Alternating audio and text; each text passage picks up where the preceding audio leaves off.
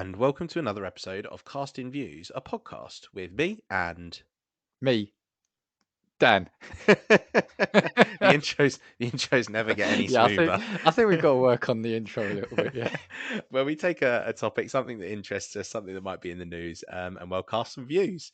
I'll let you know what this week's episode is. It's on internet mysteries. Ooh. Ooh, spooky. There is some actually real creepy stuff that I think Yeah, I've there got is. that, There yeah, is. it's Yeah. kind of like freaked me out. It's like one of those ones where you kind of want to just shut your computer afterwards and not think about it and watch a friendly film. But before we get into it, I'll pass over to a promo for some of our friends in the podcasting community.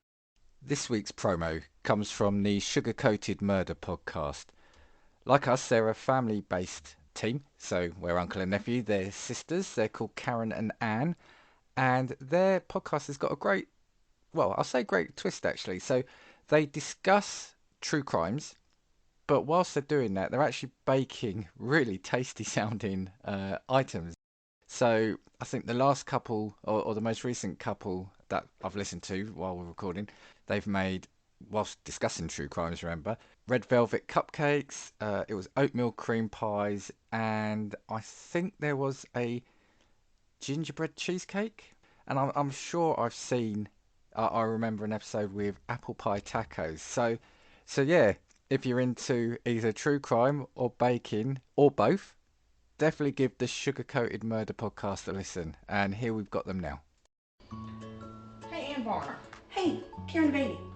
We need a promo. You know, like where we talk about what we do on our podcast. On our Sugar Coated Murder podcast, like how we love to bake and talk about murder. That's what we need to talk about. There you go.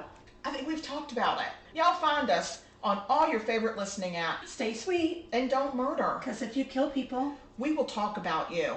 And we're back. So, Right. Lou, So, internet mysteries. yeah, let's do I don't it. know what angle you've taken on this one, but I've kind of maybe gone for a little bit of a range in terms of time span and that sort of thing. So I've got a few of kind of big ones, and then I guess I've got a couple of smaller instances. And like I said, we may have gone out and kind of overlapped a little bit as well. Possibly. Okay, so the first internet mystery, and this kind of links to something that we've discussed in a previous episode, specifically our cryptocurrency one, where we spoke about cryptocurrency whilst having no idea about anything to do with cryptocurrency. Yeah. And this mystery is the identity of the person who basically developed Bitcoin. Oh, okay. All right. Yeah. So the name used by this person is Satoshi Nakamoto, most commonly used name, and it's the person or persons who developed Bitcoin, basically issued like the first articles about how it should be used and that sort of thing. Also devised the first blockchain database and was actively a developer of Bitcoin up until December 2010. Now, many people have claimed to be Satoshi Nakamoto, but there's no actually confirmed proof that any of these people can confirm that that's who they are, which is a little bit strange. So Yeah. just kind of a little bit of backstory. The development of Bitcoin or writing the code began in 2007, and then the website was registered bitcoin.org in 2008. And then basically the Bitcoin software was released in 2009, and basically it had a reward of 50 Bitcoins where there was basically like tasks and stuff that you could do from what I understand. Yeah. The development of this person and their dealings with Bitcoin, like I said earlier, went until mid 2010. And basically, this person owns between 750,000 and 1.1 million Bitcoin, Wow. which would put their net worth at up to 70 billion US dollars, making them there or thereabouts within the 20th most rich person in the world. But they created it, right? And they created it. Yeah. Feels a bit of a cheat, but It does. It is. It's kind of like the infinite money glitch, or do you Yeah. know, like on GTA, where Yeah. you give yourself Yeah. infinite money. Yeah. It feels a little bit like that. Cheat code. Yeah. So there was basically this speculation about his identity because, again, nobody really knows. So there have been various profiles that have been set up, and him online claimed to be a 37-year-old man who lived in Japan. However, people speculated that he wasn't actually Japanese just by virtue of his native English speaking and use of English words, basically. So there was references in source codes and like forum postings and that sort of thing. So source code comments and forum postings. Yeah. Where he'd used expressions like bloody hard. Oh, okay. Okay. And basically, it was all words that were speculated that they may have been British and or from a country that had British influence, so somewhere in the Commonwealth potentially. Yeah, because bloody hard is quite well. No, I wouldn't say unique, but it is quite British, isn't it? You would associate it with. Yeah, I think it's a pretty British term, if that makes sense. Yeah, But again, like I said, the identity is unknown, but there's basically a focus on cryptography and computer science experts, mainly Japanese ones, as to the person that it might be. It's actually really concerning that a person randomly in the world who we don't know has got potentially 70 billion US dollars worth of wealth just sat. yeah. And do we know why they've not come forward as such? Is it, I guess, anonymity for the amount they've got? I don't know.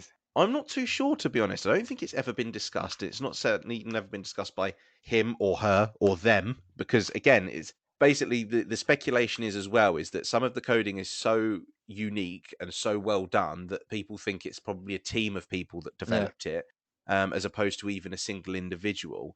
So there was developers who had exchanged emails with them, with him, them, she, I don't, her, I don't know. And basically said that they were a brilliant coder, but the coding was quirky in terms of the way it was done and that sort of thing. Now, there's a couple of people that have basically come out and said that they were this person. Of course they have. Yeah, Yeah, you yeah. know. Give me my $70 billion. Yeah.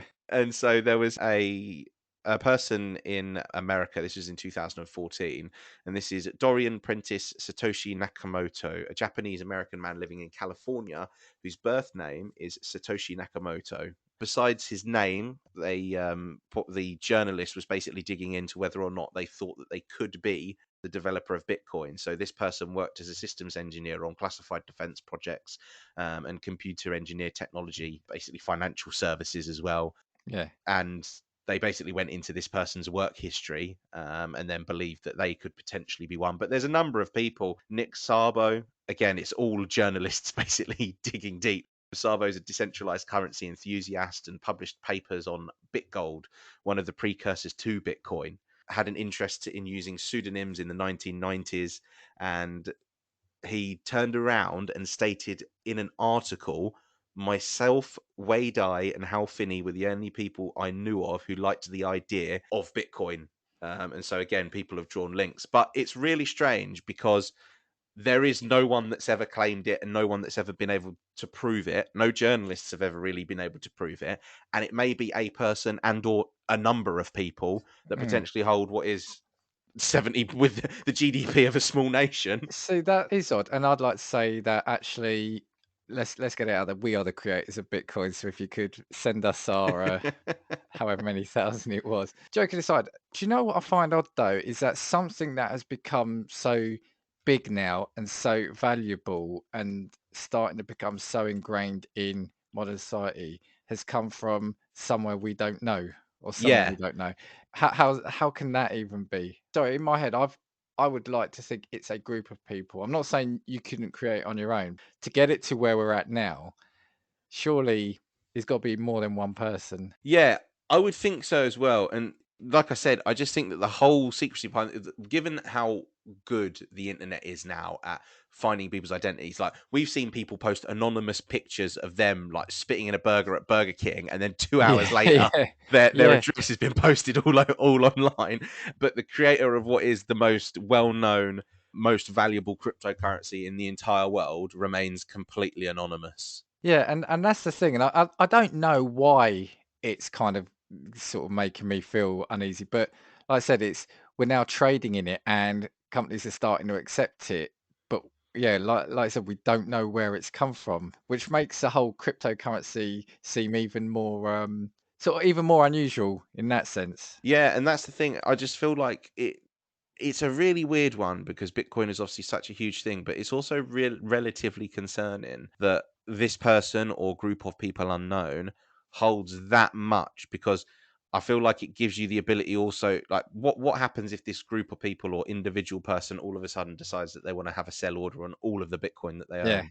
yeah. I don't know and I don't like it. And I feel like that's also probably a reason as to why I've been skeptical of Bitcoin and cryptocurrencies because you don't know who the creator was, and I can't remember who it was. I think it was is it Dan Pena, that like American businessman? Not Dan Pena. Maybe I I'm don't wrong. know. I don't know. Anyway, and he basically turned around and said, I know who the original person was behind Bitcoin, and if anybody else knew, then there'd be a crash in the market and everyone would go mental and that sort of thing. But again, like, yeah, it's just something really, really kind of weird and spooky to me. It kind of gives me a sense of like uneasiness, like you said, just because it's such a huge thing. The owner of it is the creator of it is anonymous still, and they hold so much of this very, very valuable piece of code. That's what it is. It's just a very strange one. And I think that that's probably, in terms of the context of grand scale world, I think that's probably one of the most important internet mysteries still to date. Did you say that the name was found in source code? No, no, no. So the name was the basically like the pseudonym of the person who went online, Right. and Oh, right. basically published the Bitcoin white paper, which is basically, from what I understand, a report or like a guide that explains Bitcoin to people, if that makes sense. Okay, because my question is, right, one, it's very unusual now for someone to create something and not want to claim credit for it. That's very true. And why, I'm still trying to work out why he, she, they wouldn't want to claim credit at the start, because right at the start, it couldn't have been big or taken off. So it's almost like, why didn't they want to be known? I don't know. It's I want to know why. In this day and age, when you can quickly check Google or you're watching a film and you can check IMDb app for anything you want in a film, you want to know why. Yeah, I kind of feel like this plays into like a conspiracy theorist's hands. Yeah, But again, I mean, even the information that's online about this anonymous online person or group of people is still really quite limited. There's barely anything. There's journalists that have speculated on who it might be, but none of them really hold any water. And again, obviously, anybody that comes forward, are they just jumping on the bandwagon because they want to be seen as responsible for it? Probably, yeah. it like you said though, it is really unusual that people can hack into anything or like you said, discover anything, and the fact that this is a mystery. And when do you say it started? What the mystery Bitcoin or or Bitcoin? Bitcoin? So basically, started development in 2007.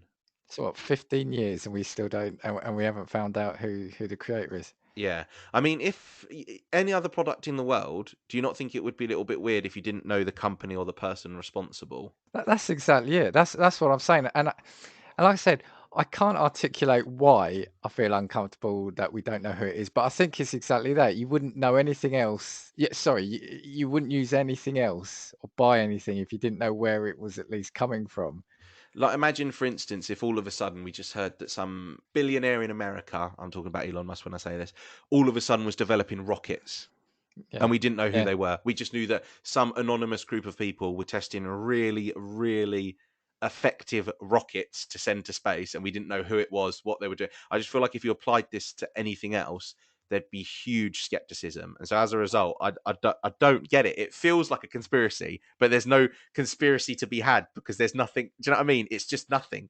It's yeah. weird. And you know, we refer you back to our crypto and NFT episode where we do explain that our knowledge is kind of on the lowest side of low. But it's like in that we were talking about, you know, it's non-regulated, etc., etc. So the fact that also you've now got a mainstream or something that's vying for mainstream currency status that isn't regulated and we don't know where it's come from, it just feels really odd.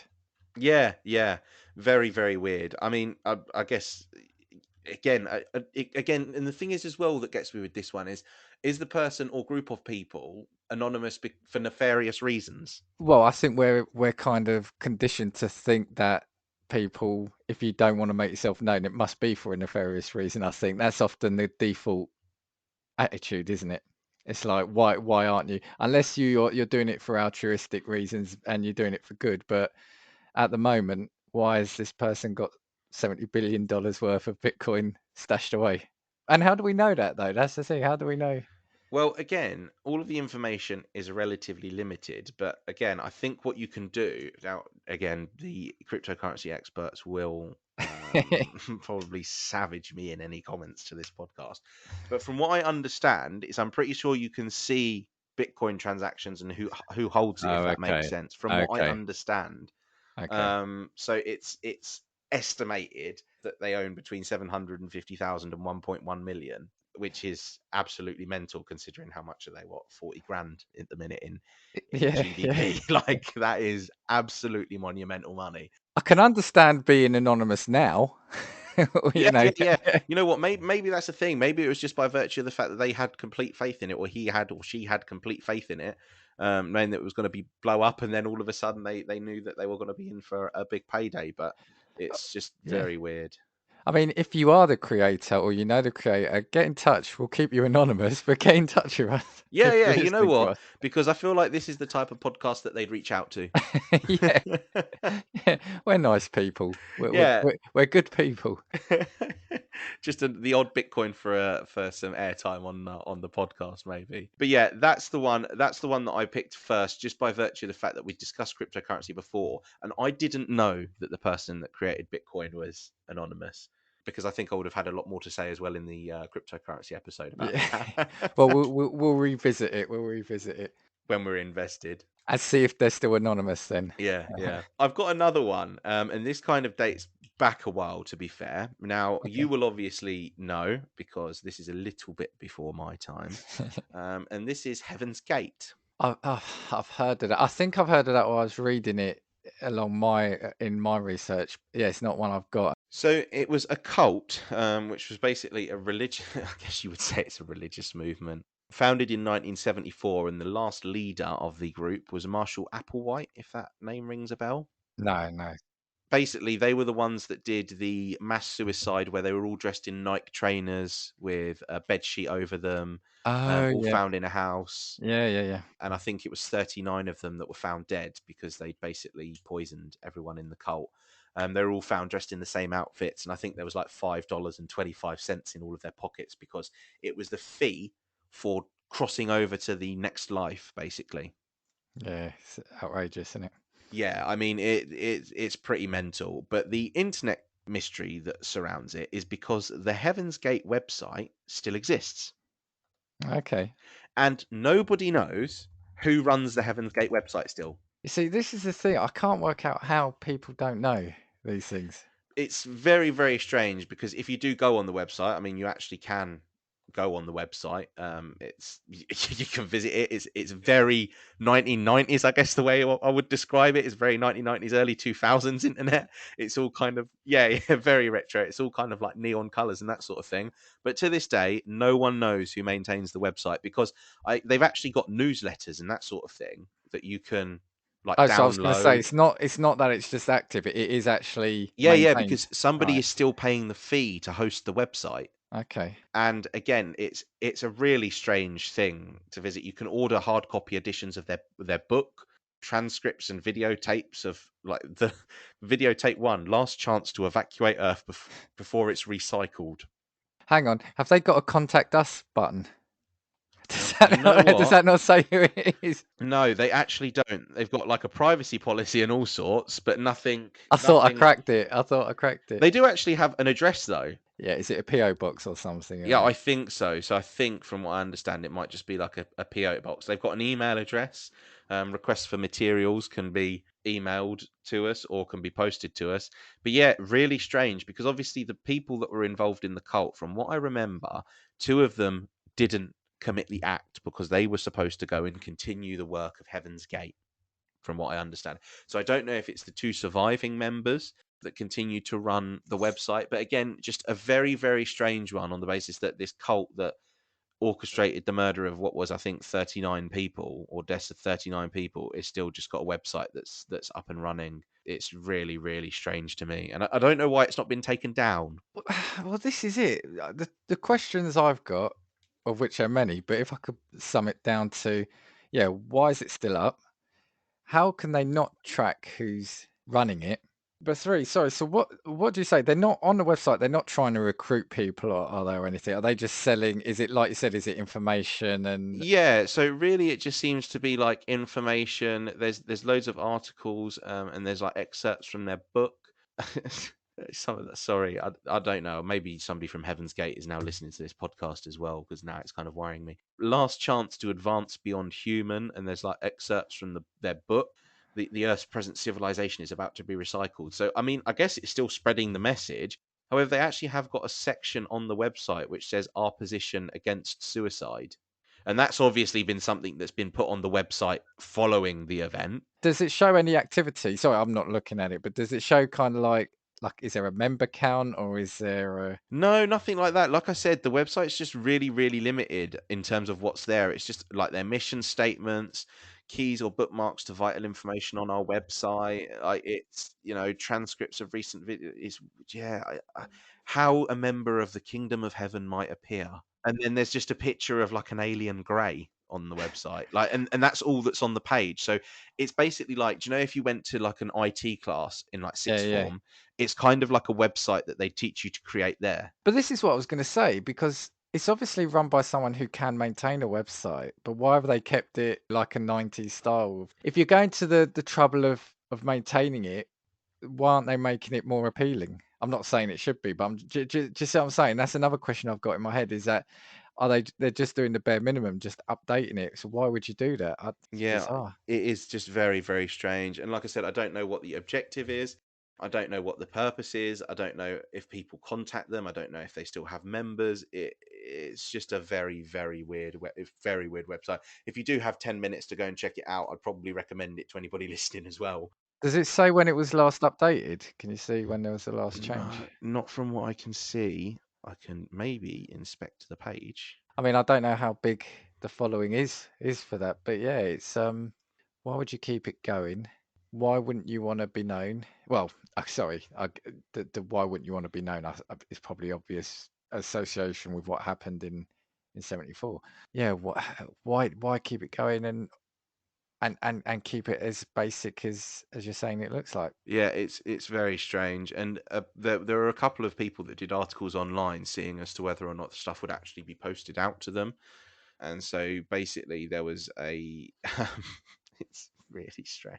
They've been sending videotapes out to people, and the last instance was as of like 2018. Videotape. Yeah, like videotapes, like VHS tapes in terms of their films.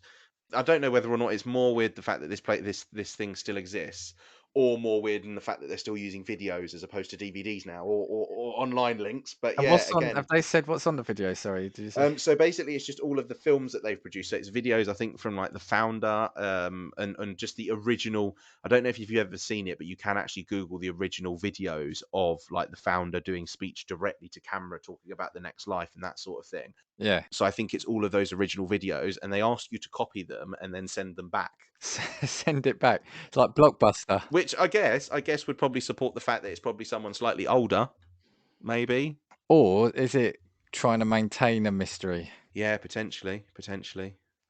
Yeah, that's weird. That yeah, that's weird. Just because of, like I said, keeping it 90s, use of videotapes, and not knowing much else about it.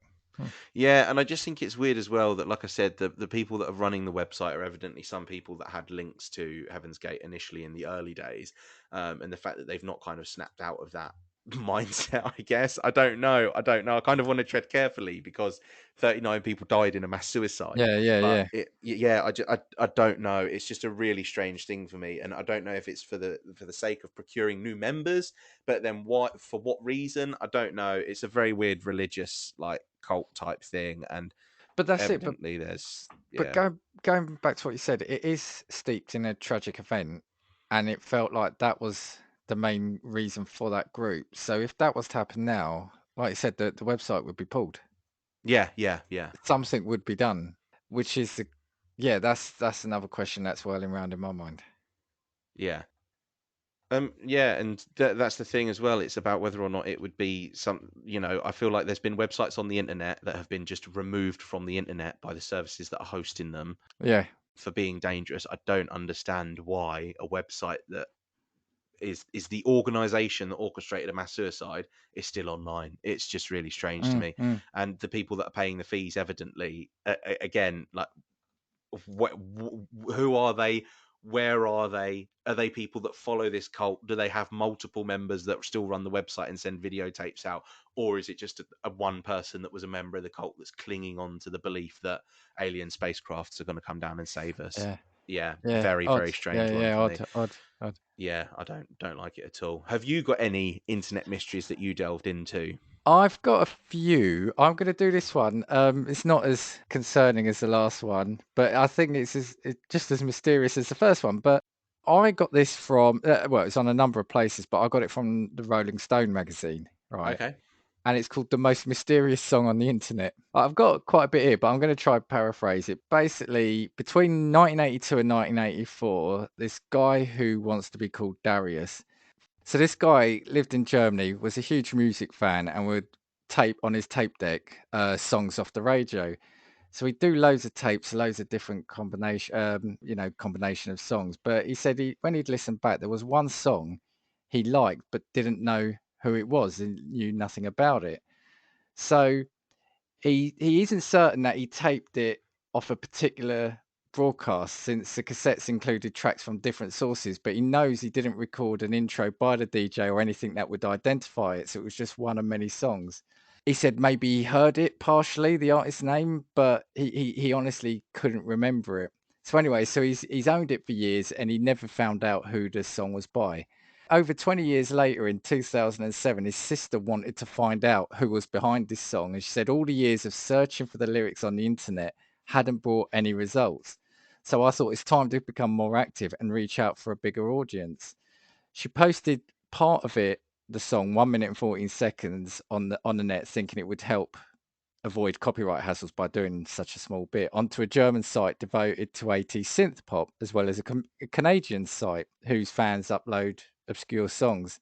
The portion of the song bounced around the web, and an indie label that specializes in synth pop and post-punk bands was among those who heard it, but no one stepped forward to claim credit or supply any useful background information. The same portion of song was uploaded to YouTube as early as 2011, but received fewer than 10,000 views. Basically, yeah, the kind of the upshot of this story is that people still don't know or have discovered who this song is. No one knows. It's a random song taped in 1984. People have been keeping a list of potentials and people that have been ruled out, along with former record store workers and other radio station employees in Germany. They've been contacted. A British guy who's been working at the NDR. I think that's I can't remember now, but there's something to do with music recording, I think. They contacted him. He doesn't know. He's got no memory of the track, and he can't even be sure if he's ever played it. The guy's got 10,000 vinyl records, but it's going to take him ages to go through it. He's been contacted by people who trying to identify this song.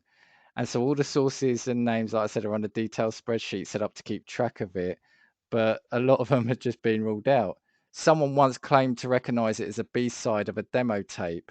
But yeah, I just think, again, in the age of like Shazam and stuff like that, but obviously Shazam, you need to have the artist Yeah. and record. But how can, and it kind of goes back to the cryptocurrency, how can no one have heard this, and how can no one be coming forward to say what the song is, or that they either know who it is or they recorded it? It's bizarre. The only thing that I can think maybe is that the person that did write and or record it died shortly afterwards. Possibly.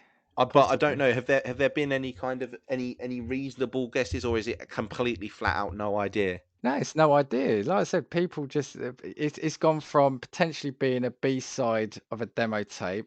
Another person managed in-store music for Whole Foods in 2003, said that they were 100% sure the song was played there. Phone book thick guides to 80s new wave music records have been scrutinized. A German music database has come up empty. And nobody, I think to this day, nobody knows who it is. And it's Somebody missing out on a lot of royalties. well, that's the thing. That's the thing. And like I said, I can only think it can only be something like either they died after doing it, or did it as a one-off. But yeah, I still don't get if you're doing it as a one-off, unless you're doing it with the intention of keeping a mystery going. I don't Yeah, know. yeah, potentially there could be that fact. I guess the music industry is one that's benefited from music that's had a bit of like conspiracy around it. Like there were wasn't there Tupac songs that were released after his death? Yeah, yeah, yeah. That sort of thing. So I guess maybe could be. But has anybody come forward to claim it was theirs, but just not been able to prove it, or? No, not again. Not that I've seen. Not that I've seen. 'Cause that's also a strange one that no one would have put themselves, even if they were lying about it, to come forward. Very weird. I'm gonna have to go and And listen to it now. yeah, and that's the thing, and it's the fact it's just labelled. He said he calls it cassette 4 because that's what he numbered it as. And I mean, they're guessing that it was from '84 mainly because of, I think, the tape he used to record it. So Right. I mean, you're looking now, what, 82 would be 40 years ago. So you're looking anywhere between 38 and 40 years ago. So if it was, I was thinking, is it someone just experimenting, putting music? But this, he's obviously taped it either off a radio station, because I'm thinking if it was just like a demo tape, what medium has played this? So, like say for example here in the UK, if you got it on Radio 1, that's quite big, right? Yeah. I just find it bizarre that, sort of being into music like I am. And it goes back to what I said earlier. In this day and age, you don't want a mystery. You want to be able to know everything. And the fact that there's this song, it feels quite odd that there's a bit of music that nobody knows who's done it, even now, 40 years later. Yeah. That's a cool mystery though, and I almost kind of feel like the person that did create that piece of music, even if they're dead, would kind of have found that the legacy that it left was quite cool. Yeah, You'd think to yeah. hope. Like in terms of the context of maybe the effect that they thought their music might have, it's probably some independent little like who made it. Probably find that turns out it's like one of the big, massive 80s groups, like Duran Duran or something. It was like when they were just starting out, or it's like a lost Beatles track when they kind of broke up and they just got back together for a little jam or something, and it leaked in '82. Because that's the thing, just because he's recorded it in 1984 doesn't necessarily mean it's from 1984. Yeah, yeah, this is true. This is true. But yeah, yeah. So that was one I found. I thought it was, like I said, it was a little fun thing. It's not bad. It's not sinister. Again, why? Why does nobody know who made this song? Yeah, and you know what? Like I said, I mean, it's weird, obviously, as well, because you would think, like, with modern technology and the way that the internet is, like, there's forums for absolutely everything nowadays. You would think that someone somewhere would have known if it was a friend that had made it. Yeah, like you said, they're missing out on royalties. So if it was somebody looking to cash in, they'd have done it by now. And how would you even prove if it is you now? Yeah, yeah, that's also the problem. Like, unless you had like original, Yeah. like track records all on tape, maybe I don't know. Very, very strange. It's just convenient. But then again, so who did you say was the person that first released it, that recorded it that time?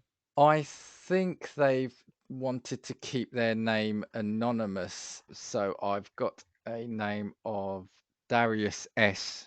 Yeah, who asked to use an abbreviation of the surname for this article for the sake of privacy. Could it potentially be Darius S? Yeah, actually, yeah. That's actually not a bad shout, is it? Creating a ruse over their own track to get people listening to it? Possibly. That's not a bad shout, is it? I mean, it's probably better than the zero other theories that there are on it. Yeah, like I said, it's because it's his sister that's pursuing it. Well, when I say pursuing it, she just uploaded it in 2007. No, bizarre, bizarre. Yeah, and that one's quite strange. I feel like you could never get away with releasing music now without somebody knowing who it was. I just think nowadays, well, Bitcoin man aside, people want to be known for what they do. I don't think you have people wanting to be anonymous. Yeah, there's almost no satisfaction in the anonymity now. Yeah, it's like, no, I want to be famous. I want to, I want to be a big hit. So this is me. Yeah, that's probably true, to be fair, because again, people like being paid for their work as well nowadays. Yeah, yeah. So the most mysterious song on the internet, that one. I like that one, and I'm going to have to go and have a listen to the recording that they've actually got now. It's probably someone just saying, haha, fooled you. Yeah, I'm going to play it, and it's going to be I'm going to get Rick rolled. Yeah. Well, it's funny you mentioned that because actually that comes up into my next one. All right then. All right. Before we skip to your next one, I've got a bit of a creepy internet video. The video, I'm going to have to read this, obviously. The video is called 11B-X-1371. Okay. Now, it was a DVD sent to a Swedish like tech blog company, a bit like your IGN type company. in 2015, and it is a very strange kind of eerie video. It's a little bit weird, and it's basically a person in a plague doctor costume. Ah, right. I was going to say, I know it sounds odd, but those random letters and numbers sounded familiar to Yeah, me. yeah. Yeah, yeah. And yeah, it's basically this person in a plague doctor costume, kind of in like an old abandoned building. The video has basically kind of got a soundtrack over it, which is basically just kind of like buzzing, hissing, like white noise kind of noises. Yeah, yeah. And they've basically like a couple of gestures in the video. So they hold their right hand and then like give a gesture of like 3 2 1 in the video. It's really, really strange. There's a couple of jump cut. It's a creepy thing. There's like beeping noises in the background. There's like a flashy like light type thing that cuts on their hand. It's very, very strange. And it was a 2 minute video, and again, nobody understands the nature or the intention of the video, but there's a load of messages that people have taken from the video. And this was obviously Reddit going to work. And they found references and to the Boston Strangler case. Hmm. And there was interpreted messages of threats of bioterrorism against the Wow. United States. Wow. Basically, there is somebody that came forward to claim responsibility for the video. So the creator was somebody who went by, I think, the pseudonym Parker Wright, from what I understand. Yeah. And then a Twitter account was opened under the same name, and they basically claimed to have made the video. And then they said that they would release the next video, and they released another video with, again, a similar video title. And again, it was really weird, kind of cryptic plague doctor costume again. Really strange stuff. Because those plague doctor costumes are just creepy by themselves, Anyway, right? yeah, yeah, Yeah, this is what I yeah, mean, without the context of it being a really weird video. yeah, yeah. However, there were people that doubted the validity of his claim because the plague doctor costume seen in the second video was slightly different to the first one. Right. And they think that this person who's saying that they're Parker Warner Wright was actually just basically completely bullshitting, which is, again, a little bit weird. It's just very, very strange. There's like coded messages, and I can't remember what the word for it is. So it's basically like I don't know how to describe it. Basically, if you turn the video, there's a way that you can see like different like scale, like grayscale or something in the video, Okay. Yeah, yeah. and there's messages hidden in that grayscale as well, if that makes sense. Okay. Yeah, yeah, yeah, yeah, It's yeah. really weird. So there's like code in it. There's like the binary like code or whatever for the video where it was uploaded has Yeah. got like the words death and stuff in Spanish, and all sorts of things related to death. It was very, very weird. And when was this? Sorry, what year? This was in 2015. This was. 2015. So it was uploaded, I think, in early 2015, and then only kind of gained traction in late 2015. I would implore you to watch it. There's no real meaning behind it, from what I understand. But like I I said, love you can. that. It's really creepy. There's loads of hidden messages like death and that. I really want you to watch it. Yeah, yeah. I mean, you can turn around and you can turn around and watch it in the daytime. Obviously, probably preferably with someone. But yeah, single frame inserts were found to have Morse code and other texts in common ciphers, and there was just really weird words that were written. So one of them was red lips like 10th, a sequence of 20 pairs of 2-digit characters that was found to be the latitude and longitude of the White House. Hmm. Very, very strange. It was basically seen as like threats against the US, and at the time, obviously, Barack Obama was the president at the time. Because that's what I was going to say. It sounds initially you could say, oh, is it like an art shoot or someone who's looking to get into film doing something to create a buzz around some work they're doing? But when you start sort of singling out the White House and things like that, you're taking it to a different level, right? So, Yeah, it's very, very weird. A sound spectrogram of the DVD's menu yielded a picture of a skull and more coded messages. The binary title of the YouTube posting was Muerte, which is death in Spanish, and the description similarly resolved to Spanish text, which in English said "You have one less year." A triangle and square message near the end of the video was found to read "ad oppugnare homines," or which is Latin for "to attack or target men." It's all very creepy. It's all very creepy. The plague doctor costume led people to believe that the threats were related to bioterror. One message's plain text read, "The eagle infected will spread his disease. We are the antivirus and will protect the world body." And another read, "Strike an arrow through the heart of the eagle." And obviously the year 1371, which appears in the title of the video, was one of the years that the Black Death was in Europe, Right. Yeah. which obviously would Okay. then give reason for the plague doctor costume. But again, nobody came out and kind of really claimed it apart from this one person who couldn't really prove it, because then the video that came out afterwards was styled similarly.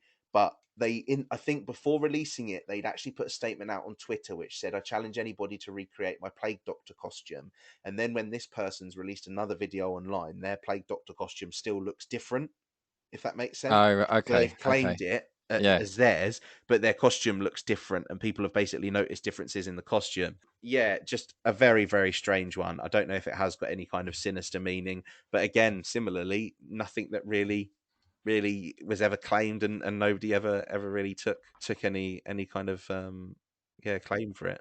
You got to say it's sinister in the sense of what the messages in the video are saying, right? Yeah, I mean, some people turned around and said that they thought it was just like viral marketing, or if it was, like a promotion for games. But again, you would still think that after 5 years or 6 years, like it's been now, that a company would have come out and claimed it, surely. Yeah, but that's and that goes back to what I said though, that if they're starting to, did you say this thing about bioterror was actually in the video, or it was there were being claims to it? So the way that they coded like the upload to YouTube, from what I understand, I don't know anything about coding. So basically, do you know where you can like inspect web pages and that sort of Yeah, yeah, thing? yeah, yeah, That's yeah. where all of the text came from. So like the bit about the eagle spreading disease and all of that sort of thing. There's also reference which could be seen as, I won't read it, but apparently there was a reference to Barack Obama and his color, basically, and his race in the video as well, which and then combined with the fact that it had the longitude and latitude of the White House, was seen as a threat towards the president. Again, just a very, very strange video. But that's what I'm saying. If you're creating it just to create a buzz, That wouldn't be there. That wouldn't be in it. that's then going to be seen as more than just someone creating a clever video. That Because as well, sorry, just to say as well, so the phrase "red lips like 10th" was the sequence of two-digit characters that was longitude and latitude of the White House. And they also believe, people that have speculated on the meaning, said that it's an intended anagram for "kill the president." And that's what the words can spell out. yeah, you see, I mean, It's very, very creepy, very, very creepy. And like I said, I think that that's something that needs to be investigated, because I don't know who sent it. And like I said, I think that the person that claimed that they'd created the video had said that they'd left 2 copies of it on a Polish train, a train in Poland, because they said that they lived in Poland, this person. So they yeah. said they're a US citizen that lived in Poland, and then one of the videos they sent directly to the company. But again, this is the person that couldn't actually lay claim, and obviously the other 2 DVDs were never identified. I'm gonna file that under creepy and dodgy. Yeah, This I this one. agree. I agree. And it's one of those internet mysteries that is kind of one of the ones that makes you want to close your computer, if that makes sense. It's one of Yeah, those videos that kind of is just very, very weird and very unsettling. I actually found that with quite a few of the ones I looked at. I mean, based on the time, I don't think I'm going to get through some of ours, so I think maybe we could come back to this at a later date for a part two. But there are definitely some really make your skin crawl, yeah, make you kind of want to put an episode of Friends on or Yeah, something. yeah. I again, after like doing a little bit of looking at all of these internet mysteries, I immediately wanted to go watch some stand-up comedy or something. I was just like, I just can't get on board with this. But also, what goes through the minds of people? Because, like I said, I mean, there's so many instances of videos and that sort of thing that have hit the internet that have been people either like dressed as dolls or something like that. And you might have a couple of them in as well. But yeah, just very, very creepy. I'm gonna put this one on in the category of creepy and also concerning. A couple I will speak about. They're very similar in terms of nature, but very different in terms of, who they're by and kind of the message behind them. So there was one called, actually, this one has got a horrible name, or you could imagine it to be a horrible name, but isn't at all. So there's a mystery called the Web Torso Webdriver. Have you heard of that? Never Because heard of that. based on what we said, when I've looked at some horrible ones and I saw Web Torso Driver, I'm thinking I don't even want to click on that because I don't want to know what this involves. But it's actually what happened. There was a series of videos started appearing on YouTube, right? They were like 11-second videos, and all they showed were a series of blue and red rectangles moving around the screen randomly, and there was no speech, there was no music, there was just really weird noises like beeps and sort of other kind of random just noise basically. And they would appear sort of on YouTube randomly. So they started. It was in 2004, and the video's been uploaded at a pretty staggering rate, as often as every 2 minutes at its peak. Every single one of them was 11 seconds long, almost all of them the same format.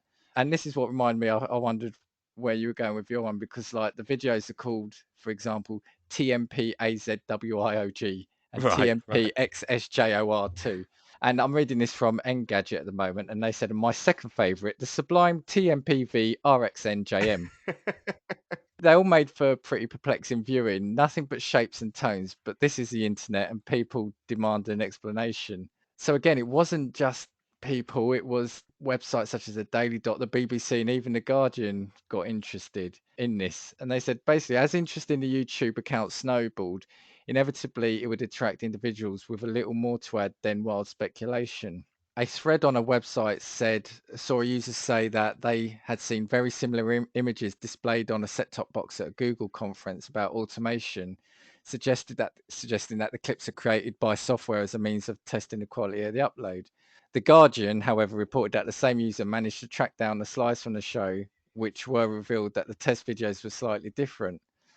But anyway, we get to the point where it's an Italian blogger who goes by the name Soggetto Venduno, deserves perhaps more credit than anyone else in solving the Webdriver Torso puzzle. He approached the Daily Dot with his findings, which were the result of what could only be described as some serious internet sleuthing. He discovered that the Webdriver Torso account, was part of a networks of account called YT Upload Test Partner Torso. And basically, bottom line is they linked it to YouTube. When he found a Google Plus account associated with the account, also linked to a random Facebook page and Twitter account, which were both then taken down. The removal of these links was too late, though, as Vendorna had already gathered enough information to take the next steps. Cut a long story short, it then all pointed to Google. It was just videos that they uploaded to test the quality. So they made one of these videos, took the video quality, uploaded it, and then checked if it lost any video. Right, Yeah, okay. sorry, any fidelity. With all the theories going around about it being YouTube itself, and a few other people getting involved, the Engadget decided to ask the video site directly for an official statement, and this is what we received. And it said, "We're never going to give you uploading that's slow or loses video quality, and we're never going to let you down by playing YouTube in poor video quality." I'm going to send it to you now, this link. Have a look at the video they then did, and you'll see it was just a great rickroll. It was basically how Google kept tabs on upload quality. But what I like about it is it was just a random YouTube channel that appeared, and it got people invested. So did you see at the top of the page? Oh, I can't see it. Okay, for people listening, the videos were just random rectangles, red and blue. But then when the gig was up and the mystery discovered, you had basically the red became a man dancing in a very Rick Astley way, and it was basically Rick Astley from the Never Gonna Give You Up video, silhouetted against a blue blue rectangle rotating around them. So yeah, I like this one because it's a harmless one, but it got loads of people sleuthing around it, and it just turned out to be like a YouTube slash Google test account. That's quite cool as well because that's something that's quite fun in the end. Yeah, Like yeah, something that drove the internet wild, but something that at the same time was actually really quite innocent. yeah. And what's great is that this guy, this Italian guy, dug as far deep as he could into the code to get this out. So YouTube, Google was just there uploading videos. The funny thing is, I'm sure they could have made the channel private to not have it seen, but that's the thing. Once people get these weird things, they just want to investigate it and just be on top of it. And so inadvertently they created this massive mystery for like a year or so. That's quite cool. And you know what? That's actually something that you would want to see when it comes to like marketing. If a company was to do something like that, that's something that you can actually get away with. So if YouTube were to start releasing videos like that to create a buzz around a particular thing, that's actually quite a cool way of doing it as well, to be fair. I know it's obviously completely not the intention, but that would be a cool way of getting people talking about. Imagine if it was a show that you had to promote. And all of a Yeah, sudden, videos like cryptic videos went up like that were all kind of innocent enough in themselves, but mysterious enough to make people dig. but what's funny is it was created by Google, the channel in March 2013. It came to the public attention in 2014. The channel stopped posting videos in May 2017. A few videos then appeared in May, August, and October of 2018. But then the channel once again posted a video on November 22nd, 2021. So are they trying to do a comeback? And I think it's just funny that they're continuing to do it without making it private again. They're having a laugh. I think it's good. Yeah. I agree. I actually quite like that one. Can you imagine, that they must have loved that. Google must have loved it, seeing the internet go mad. Yeah. And the thing is, as well, it would have been weird as well if, as to whether or not they turned around and said, "Should we just let people continue?" Like we know that there's a theory that's come out which is correct, but they could have gone on forums and that sort of thing and put statements out, kind of throwing people off the trail in and of itself anyway, and leading it on to something else. I think they're saying that they uploaded certain videos as internal jokes, and one of them, the one that had the Rick Astley dancing, was called TMPRKRL, and they're saying presumably to stand for temporary Rick Roll, and the 85 at the end was, I think, the year the song came out. So yeah, cool. Like I said, funny one. Yeah, I can get on board with that one as well. That one's actually all right. But probably the poor people that thought they were onto some massive mystery had Yeah, to like find out as a Google. some super like government conspiracy or something. They were just like, "Yes, we've got it," when in actual fact, like some Italian dudes just turned around and been like, "Yeah, it's just YouTube testing." Yeah. Now, have you got any more? I've got one more kind of relatively large one because I'm again conscious of the time because there's potentially so many internet mysteries you can go on Go forever. for yours. Go for yours. Go for yours. Now, the way that I've seen it pronounced is Cicada 3301. Yeah. I've got that one as well. Yeah. Yeah. So, yeah, I mean, again, very, very weird. Surfaced on the internet, and they were basically a series of puzzles, I think, posted between 2011 and 2014, or 2012 and 2014. And it was basically challenges that went floating through the internet, but they were all very cryptic, weren't they? Yeah. Exactly. And it was all by an organization that were basically seeking highly intelligent individuals that were and they wanted them to decode the message behind an image posted, didn't they? Which is a Yeah. picture of I don't know, is that actually is that a cicada? Is that what the animal? Because I think there's an animal called that, isn't there? There's an insect. I wasn't sure if that was it. From what I can remember seeing, it kind of looked like a weird moth or something, didn't it? Yeah, Or like some sort maybe of that's what it is. butterfly Yeah. type thing. Yeah. And basically, it's only been partially solved. So I think they posted 3 separate challenges and or puzzles. And from what I understand, is each puzzle led to another puzzle that you then had to solve. Yeah. Exactly. Yeah. And there were like Reddit groups again that set up to basically solve it as part of a group. And I think from what I remember, there was only a few people that solved the 2012 one. And there's limited information on how they contacted this organization as well. So I've got the name Marcus Wanner. Have you got that name as well? Yeah, I believe I have. Yep. Who again, and this is obviously just him saying it rather than there being any evidence behind it, but he said that the people that had solved puzzles were asked questions about their support of information freedom, online privacy, and general freedom, and the rejection of censorship.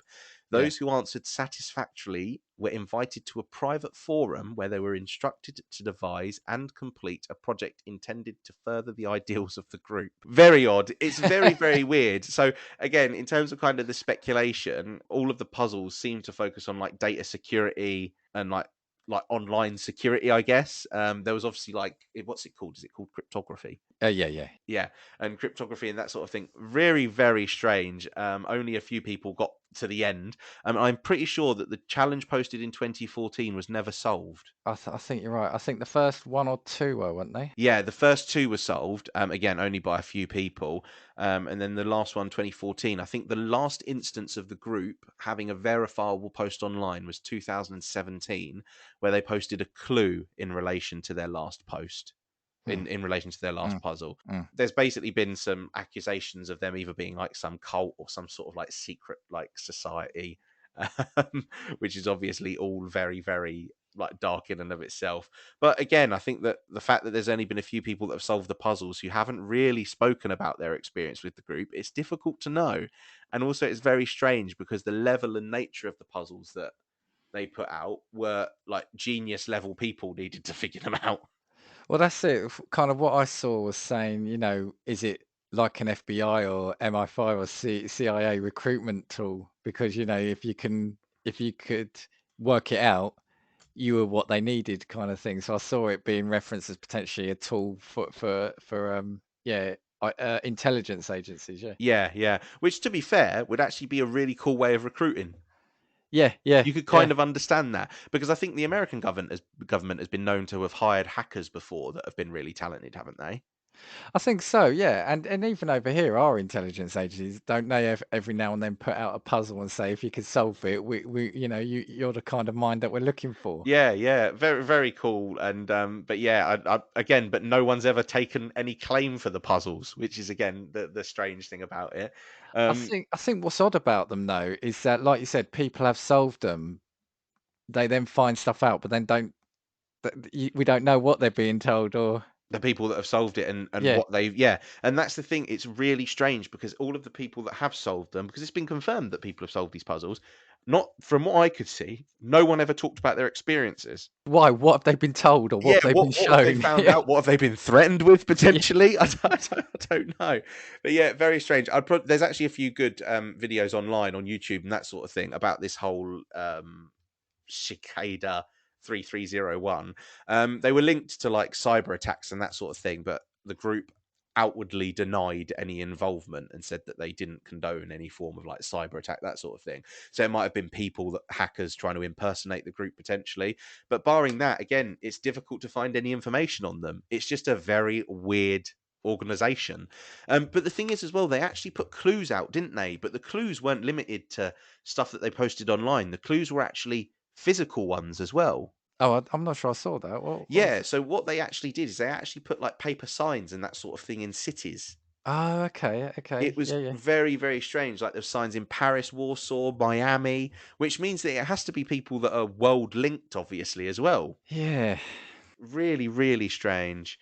But there were DVDs that were like circulated as well and posted to particular addresses. Again, just very, very strange. I still just don't get how things like this on the internet can be held a mystery. I don't know. I just thought everything was up for grabs once it's on the net. Yeah, yeah, that's what I thought as well. But this is the thing, maybe they are a group of really intelligent, like, well, I guess it's all about internet security and online security. So I guess making them self-secure would be the first thing that they'd go to. But yeah, just again, very strange. Strange in the fact that people that have solved the puzzles have never really come out to speak about it and speak about their experiences either. Just quite creepy. And I guess, there probably will be somebody that goes out and solves the 2014 one. But will you get any more information as a result of that? Probably not. Yeah, I don't think I'm in danger of solving it. So Yeah, yeah. I mean, maybe if you're listening to this and you did solve either the 2012 or 2013 puzzle, come and reach out to us. because wasn't there one? Did you say, or did I not see that the last one? There was one in 2016. I don't know if that was a clue that was posted in 2016. Right. So from Okay. what I understand, they were posted on the same day every year. So it was in January every single year. And I believe the third puzzle, which was the last one, was posted in 2014.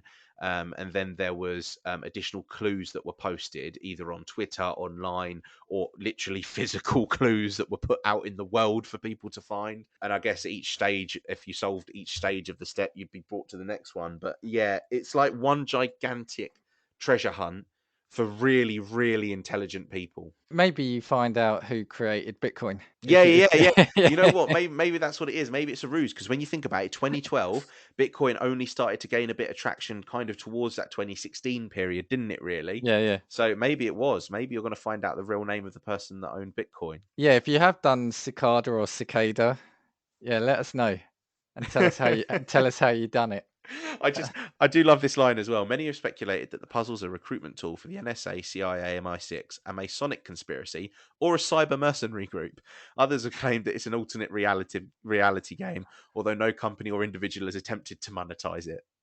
Some of the final contestants believe it's a remnant of the 90s cyberpunk movement. I love that. It's either one of the intelligence agencies or a cyber terrorist group. Yeah, You know? like, there's no in between. Like, it's not just some cybersecurity enthusiasts or something online that just want to create cool, fun puzzles. It's always got Yeah. to be either something really dark and sinister or See, conspiracy.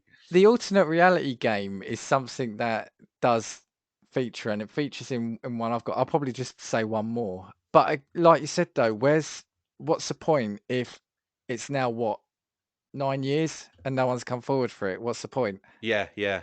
Unless it was just an attempt at it. Maybe it was just someone, maybe it was exploring how these things work. Maybe there was nothing. Maybe all you got was a well done, you solved it. But wouldn't you still have people coming out saying, yeah, I've solved it and this is all what it was. It's just weird. I sold Cicada and all I got was this lousy t-shirt. It's like, do you remember and I remember I got sucked into a little bit as well, but do you remember that game? Peter Molyneux here, that English game Oh, creator. yeah, yeah, yeah. Is it the cube and you had to tap the cube? Oh my god, I remember that game. It was like there was like 60 billion cubes or something Yeah, to tap. yeah. And whoever whoever destroyed the last block was going to get something that would change their life, wasn't it? Forever. Yeah, yeah, yeah. I remember that. Well, without going into it, but then that person got stiffed, I think, because I think it ended up being involvement in the game, but I think they didn't get much money at all. But I was thinking, yeah, like you said, yeah, is it literally just a t-shirt you send Yeah, off? yeah, yeah, yeah. Imagine. You just get a thanks for taking part medal or something. Now restart the game. It's like a Mario or something where you just start again. But do you know what I'd also like to know about this one is, with the final contestants, the ones for instance, the person that has claimed that they got to the Yeah, very last yeah. rounds, when they had communication with this organization, how was that communicate? I want to even know how that communication was had. Did they have a video call? Was it all through anonymous like messaging? I don't know. Well, Again, that's why it's on this episode of yeah, Mystery. yeah, unsolved mysteries. Like I said, if you do have any information on kind of decent theories about resolving any of these mysteries, do get in touch with us. We'd be well intrigued. I'm going to mention one more. Have you heard of the? It's got a funny name. The unfavourable semicircle. No, I haven't. So I'll do a quick overview. It's similar. It feels very similar to the last one I said, the Web Torso driver, but it was a name of a series of channels on YouTube, which got attention for high volume and unusual nature of the videos published. So the BBC have referred to it as YouTube's strangest mystery, and it's also been referred to as one of the top 10 weirdest YouTube channels. Right, okay. Now, sort of a brief overview of it is in March 2015, a YouTube account with the title Unfavourable Semicircle was created. The channel began uploading large numbers of videos on the 5th of April, and the channel continued to post large numbers of videos, all titled with the Sagittarius symbol or a random 6-digit number or both, but most didn't have any description at all, or sorry, any further description other than that title. The videos often display abstract pixelated images, and in some cases they show just a single dot in a field of solid brown. Some videos emit sound, while some featured distorted sounds.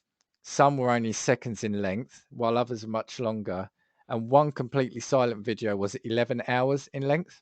Okay. Due to the volume of uploads and the odd nature of the videos, observers started to take notice. Eventually, a small community on Reddit formed to investigate the channel. Speculation as to what the channel might be for includes an alternate reality game, the work of an individual with a disturbed mind, a test channel similar to the Webdriver Torso one, an online numbers station, and outsider art. According to a computer security specialist, though, at Surrey University, it's probably too complex to be a number station and also unlikely to be a recruitment puzzle, as those are usually announced in some way.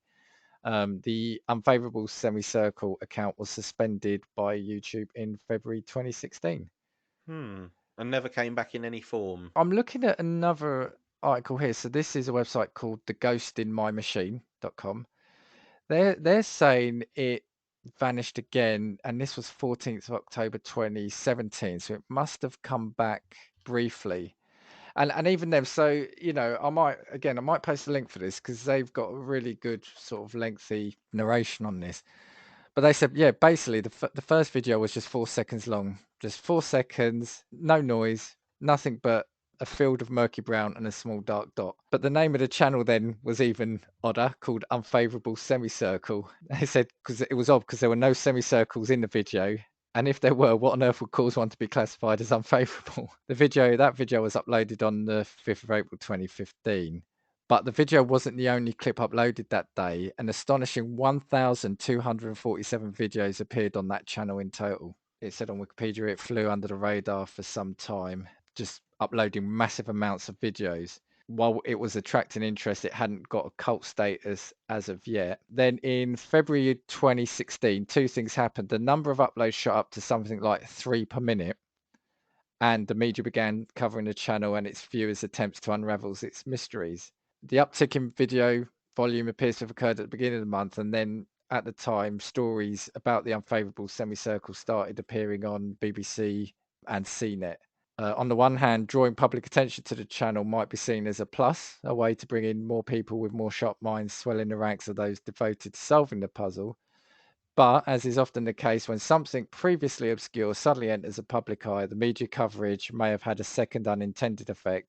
And on the 25th of February, the account was suspended by YouTube. See, this one kind of reminds me a little bit of the YouTube one because I'm having a look at a channel that's actually re-uploaded the videos, but the fact that YouTube suspended it is a little bit suspicious. Well, they're saying it was cited, they cited the suspension for terms of service violation. Right. The exact phrasing as stated on the account's terminated page is multiple or severe violations of YouTube's policy against spam, deceptive practices, and misleading content or other terms of service.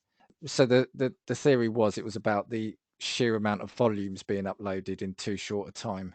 If they had 1,247 appear in a day, that Right. feels odd, doesn't it? Yeah, yeah. Estimate put the average rate of upload at an average of 1 every 10 minutes. Wow. That's very quick. Oh, I'd love to know kind of it in 2016 what their broadband speed was. Yeah, yeah. And which so 1 every 10 minutes may be enough to classify it as spam. Okay, fair enough. This one, I don't know if this one feels like a bot though. Like, well, it must have been a bot to upload the videos at the speed that it did, you would think.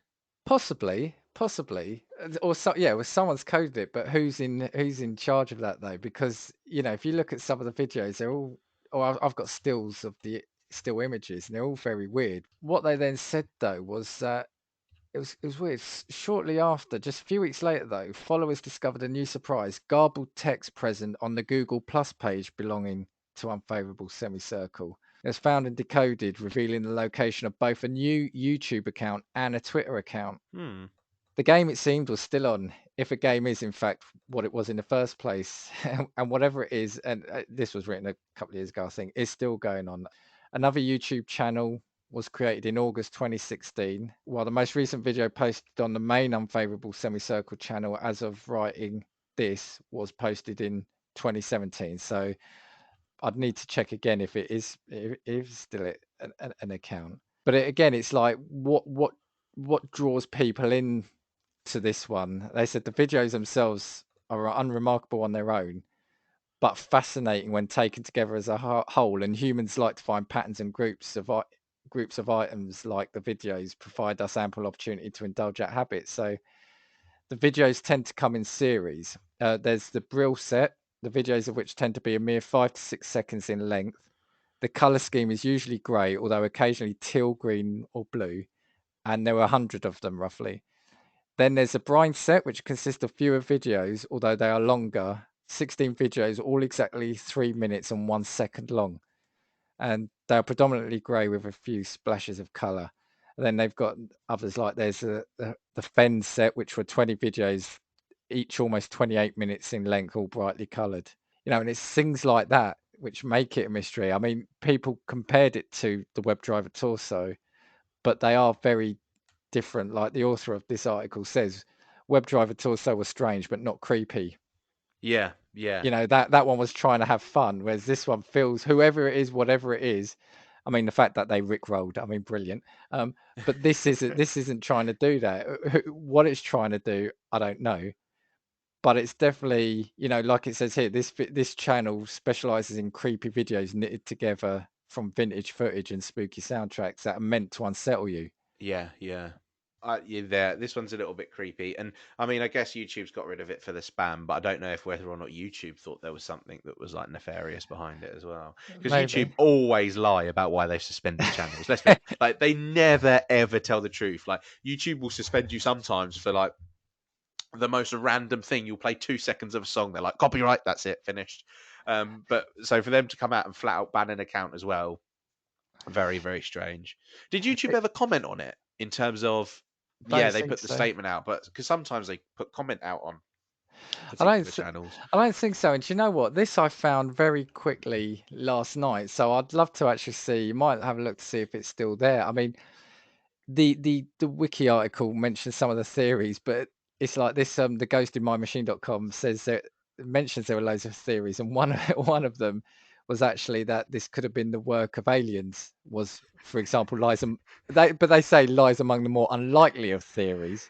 More believable, though, are the ideas that, and maybe linked to what you said, more believable are the ideas that Unfavourable Semicircle is a script going haywire or a test channel. Yeah, yeah, potentially, yeah. But the website, the Unfavourable Semicircle website, has debunked both of these. Oh, really? Yeah, both of these theories have been debunked by specific behaviours exhibited by the channel. The first by the fact that it's created new accounts and switched platforms, something a script can't do. And the second by both the switching of platforms. The existence of the Twitter account demonstrates it to be a multi-platform thing, not specific to YouTube, ergo is not a YouTube test channel. And the fact that the original channel was banned for terms of service violation, it doesn't make much sense for a test channel to be banned by the platform it's meant to be testing. So it's odd, isn't it? It's Yeah, I've actually just realised that there is the unfavorablesemicircle.com, which gives you like theories and all sorts. God, there's a lot of information. I wonder who runs this website. yeah. So again, this is one I kind of like the idea because it's not purporting to be anything sinister. Like Heaven's Gate one Yeah, yeah, has got an event, a tragic event linked to it. The what's the other one? Oh, the Plague Doctor you yeah, mentioned. That was trying to be sinister. yeah. It's got very dodgy content. This one seems sinister because if you see some of the stills, it's just I think what it is when you're looking back at like old horror films and things like that, it's full of Yeah. like that white static and white noise, Yeah, sorry, yeah, and yeah. the fuzzy images, and you kind of what's the word, conditioned to look at these images and think of it as like an old horror movie. But it's just amazing that it's the amount of videos, and it's what I'm fascinated in is that it's released in sets. Like they said, there are ones that are 6 seconds long and no music. There are ones that are all 28 minutes long. There are ones that are 3 minute 1 second exactly. It's what's going on? Who's doing it? And why are they doing it? Again, it's weird that nobody's come out and claimed it as well. Yeah, like I That's a said, little bit of a strange one. I mean, this website at the time said they're going along with the augmented reality game theory. They said there are some breadcrumbs in there, but who knows? Who knows? I mean, I think augmented reality games are still a thing. Maybe at the time they were, maybe they were the thing. And it's got a funny name, Unfavorable Semicircle. Yeah, again, just very, very strange. Like, Yeah. but the thing is as well, do you know what it is? Is with all of these like strange videos that have surfaced and all of these mysteries, is after all of this time, most of them now at this point are either debunked, not debunked, but are either finished in terms of concluded. There's no more activity on any of them. Why have none of these instances people come forward and said, "Oh, it was me, it was a hoax because of X, Y, and Z," or "It was me because it was," Again, I feel like if you're going to the effort of pumping out a bot that's going to put that many videos on YouTube and then it all gets shut down, why would you not want to claim it to put? But maybe people just like Well, the conspiracy, don't they? something that's just come to mind. I mean, Is it used by someone almost as a for their portfolio or their CV? Have they done it Yeah, for yeah. they're applying for a job and saying, you know, that unfavourable semicircle, That was or me. that was me? Yeah, that's not a bad shout. Is it something that they're testing themselves for? Is it something that they're proving? Like I said, I think we live in a day and age where everybody wants to be famous and everybody wants to get rich quick. And I think that's why we're questioning it, aren't we? Is because something has gathered hundreds, thousands, if not necessarily millions of views and people interested in it. You've got the BBC website, CNET, etc., covering it. Why wouldn't you come forward and want to be Yeah, part of it and say yeah. that's me? And I was thinking today as well. I would have thought with the internet you wouldn't be able to have as many mysteries now because the information is there at hand. But before, back in the day, if word of mouth, if a mystery or an urban tale got said in the playground, you couldn't just go onto Google or ask Yeah, yeah. Jeeves, ask Jeeves if he's still about to find stuff out. It was you had to take it for what it was and speak to someone. Then the story got changed. Obviously, every person that then passed it on, the story changes a bit now. But now you can go on like we've done and find it. So I would have thought it would be harder, but I'm arguing with myself, thinking, well, maybe the internet makes it easier to have mysteries because you can, as we've seen, you can put these little websites out with little information And then and just it get and let it yeah, filter out. Yeah. yeah, yeah, and then you let it snowball. So maybe the internet is both a blessing for mysteries, but also a curse for mysteries because you can get so much information, but you can also put as little of it out there as you want. Because it's almost making things that aren't mysteries, just by virtue of the fact that people are reading into it like that. Yeah, and the fact that people are so desperate for stuff, you could just maybe knock up a random website and then and that's it, and just say, "Oh my God, have you seen this?" Like maybe we should just put random images of us on a YouTube channel. Yeah, because the thing is, when you actually think about it, it's just a YouTube channel posting like blurry colours. Yeah, yeah, yeah. And it's like I would come across that and say, "I'm fine. It's just some like I said, some weird images." But like people are sitting there and taking note of each and every one. If I come across something that creeped me out, I'm like, nope, moving on to the next one. They're like, this was uploaded on the 5th of November, which, as the Mayan calendar predicted. Yeah, yeah. Honorable mention. Did you, in your investigation, did you come across one called Kanye Quest? I did, yeah, yeah, yeah, I did. Yeah. I mean, that's a weird one. Do we want to just very briefly say what it was? Yeah, yeah, go on then. Go for a run through that one Have quickly. you got it? Have you got it? I've got part of it, but Well, I've got it. I've got it summed up on a website here. It was in 2013, a new RPG hit the computer games market titled Kanye Quest 3030. yeah, Sorry, this is coming from Rife magazine. it was like a parody of Kanye West, wasn't it? Yeah, Like, almost, the yeah, the game centered around Kanye West in a comedic portrayal that saw him yeah. travel through time to take down an evil dictator and stop a dystopian future. With a mix of hip hop sounds and absurdist comedy, it's no wonder the game gained fans. But then the mystery begins. 2 years later, a Pastebin article claimed that by typing the word ascend into a specific console, you could enter a secret area that had previously been undiscovered. Players quickly tried this out, only to find it did indeed work, and those who tried were transported in game to a foggy area filled with computers that the player had to enter passwords in to proceed. The player character was also changed to a butterfly and asked not to share any information about what was to come. Furthermore, a QR code was discovered that led to a now defunct website, presumably holding all of the passwords. And once the final password is entered, the player is teleported to a completely white room where they are told that further ascension is possible and that they will be interacted with in the next 2 weeks. Agreeing to this forces the player to enter personal details, but it's since been proved that the game had no way of storing these. So many people believe this to be part of an ARG game, an ARG, sorry. However, the game also has been tied strongly to the religious cult of Ascensionism and has links to a mysterious company, Ascension Records, and another game titled Calypso was found on their website, which held even more confusing content. So, yeah, Kanye Quest 3030. I mean, that's bizarre in itself, isn't it? That one was very, very strange.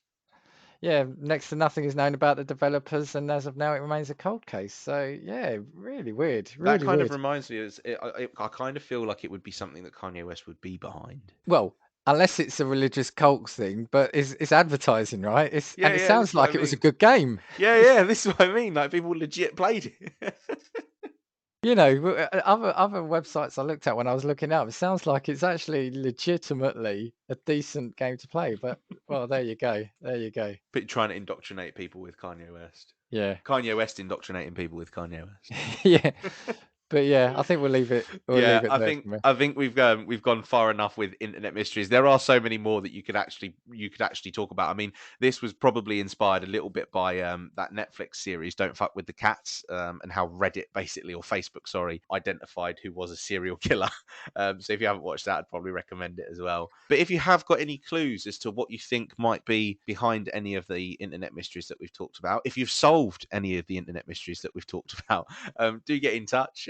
Pop us an email at castingviewspod@gmail.com, or hit us up on Twitter at castingviews, because we're looking for 1,000 followers, which would be a Yeah, nice milestone to hit. So if we can do that within the next, how long? How come long? on, How long do you want to say? come on. 3 or 4 episodes? Yeah, let's set a target. Come on, help us do it. Come on. Right, so four episodes following this, so that should be what, a month or so after this episode airs. We'll see if we can hit the 1,000 mark. But yeah, thanks for listening to our episode on internet mysteries, and as always, I'll leave you with: we know there are many podcasts from which you can choose, so we thank you for listening to Casting Views.